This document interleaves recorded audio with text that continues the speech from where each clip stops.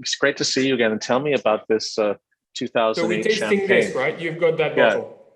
Okay, perfect. So the story is, this is Elisabeth Salmon. Elisabeth Salmon is our prestige rosé. The name is the name of my great grandmother, right? So she's the one that married Nicolas Francois, and together they created Billecart-Salmon in 1818. That cuvee, however, is a lot more recent.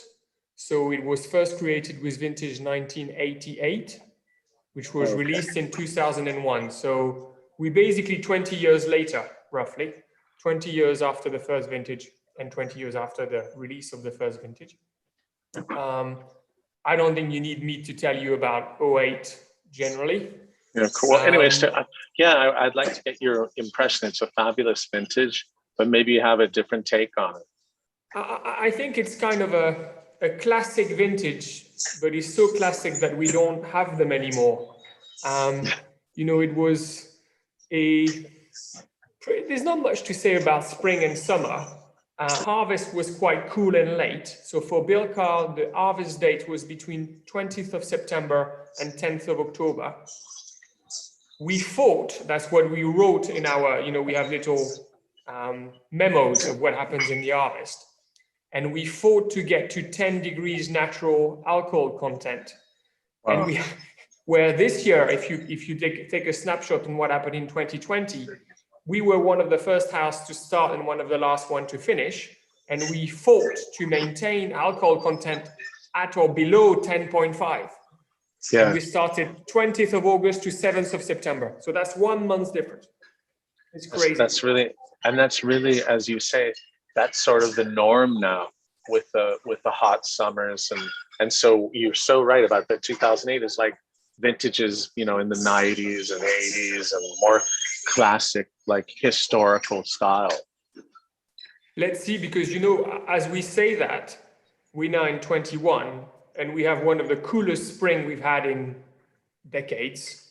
I've heard that. And therefore our forecast is a harvest sort of second part of September. So I don't want to hit my hat and tell you, you know, in 1 year time. But certainly harvests like 08 are not typical to what we've seen in the last 10 years. Yeah.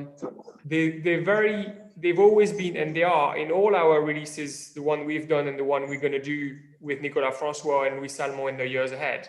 For me, they have two signatures: freshness and salinity. Yeah. So they're not the broadest vintage, but they're very sort of long. And what's quite atypical about it is the Pinot Noir were quite playing the mineral card, where the Chardonnays were playing the richness, which is normally you expect, you know, the opposite.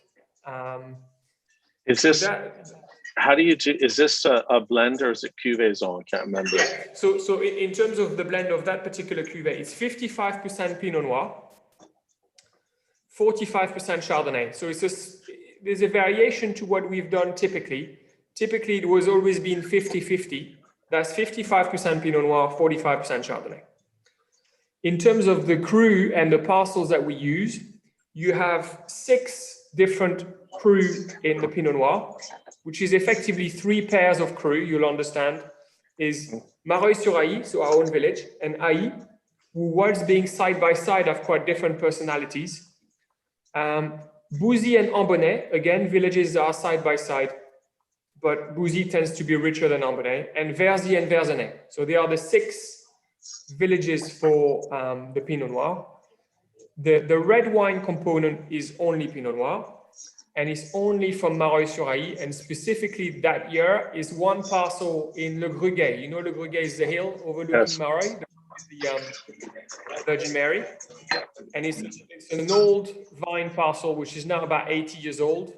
Who always give us very small grapes and great concentration. So there is about 9% of red wine in that blend. We vinified our red wine not to make a standalone Coteau Champenois, but knowing that it's going to be a rosé champagne. And the Chardonnay component is the 45%, only Grand Cru, Chouilly for the precision and the floral element, Cramant for the minerality, and Menil for the richness and the structure. Could you send me a quick email Yeah. with the villages again so I can put it in the tasting Of notes? course, That'd be I'll awesome. do you a little summary. Yeah, because what's I find interesting, it's very vineux, very like wine. Particularly even on the nose, it has like almost a like iron character, ferrous. It's really, and Old like, you know, you get roses, this, yeah, geranium, exactly. yeah. Perfect, yeah. So, you know, Brut Rosé, we want to make easy and fresh. Elisabeth Salmon, we are going more in the serious range. So we always refer to the Brut Rosé as the princess of rosé. You know, she's fruity and fun. Where Elisabeth Salmon, obviously she's the queen, so there is more depth and power and structure. The other thing which is important, and it's the first one in that blend, is we included about 17% of wine vinified in barrels. So some of the complexity that you're perceiving is coming from that. And the reason we did that is, I told you, the Pinots were more mineral. We wanted for Elisabeth, for the wine to gain depth, which is one of the issues sometimes we've seen in other 08 where they're very saline and very long, but they not necessarily have the depth and body. And we think what we've done with the barrels help us achieve that. So you said 17%? Yeah, 17%. But I can put that all for you in an email. That's okay. It was majority malolactic blocked. You know, we know our malolactic for us is a tank by tank assessment. So there's nothing systematic by cuvées. We decided on a parcel by parcel or cru by cru selection. And it turns out that it was that. Bottled in June 09. And the first disgorgement, which must be the one you've got, is July 19. So it's pretty much, well, it's slightly over 10 years on the lease. What I think so makes wine so delicious is when I'm tasting it, it really just makes me want to like eat something. You know, it's really like gastronomic, as you'd say. No? Well, it has the weight and, yeah. What you will see is once the initial tasting is characterized by the freshness and the salinity, the wine already showing 3 layers for us. Totally. The freshness, the little red fruits and dark fruit is okay. It's starting to have the patisserie, so the melted butter and the cherry tart. But the hint, and that's where I told, it's great you've opened the bottle before, is where I think is a signature of Elisabeth, is the spices. So the saffron, the saffron, the freshly grounded pepper, and the wine will grow more in that direction. Okay. Yeah, I got that. Grow in that direction, like cloves. Yeah. A little bit, a little bit. So it will grow in complexity. It's quite, normally we're able to say, you know, that vintage resembles that one. We're not quite, on that one is tricky. We think the best we can come up with is borrows from 3 different vintages. 96 for its acidity and length.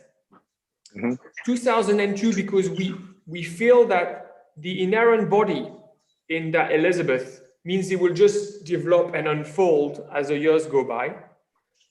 And in terms of precision, certainly in how we went about harvesting and fermentation, there is a lot borrowed from 07. So it doesn't have a direct comparison, but certainly has a lot going for it. And in terms of aging potential, we feel very confident. It's the first time we've released it in magnums. So for the people that want to, you know, lay it down for 20 plus years, and they have now a format which enables them to go for that long run. And what was the production like? Was it a normal size? It's small. It's small. Okay. And is it on the market now, or is it coming? Yeah. It's a market. Okay. So we did, for Hong Kong, we did an initial, our first chunk of allocation went with Watson's. Okay. But then I don't know where else it went. I know that at the moment, we 1 month after release, and we already. Yeah, I mean, it's been frantic. It's really beautiful. Okay, well, great tasting. Thank you very much.